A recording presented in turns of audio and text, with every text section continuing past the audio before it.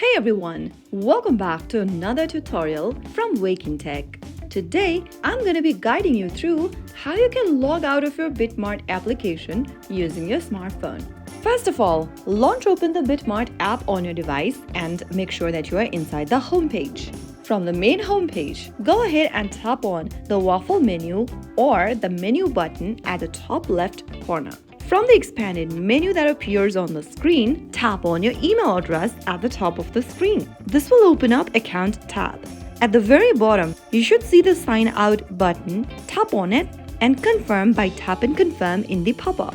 Soon after you do that, you have now successfully logged out or signed out of your BitMart account. If you ever want to log in again, you'll need to re-enter your email or phone number followed by your password.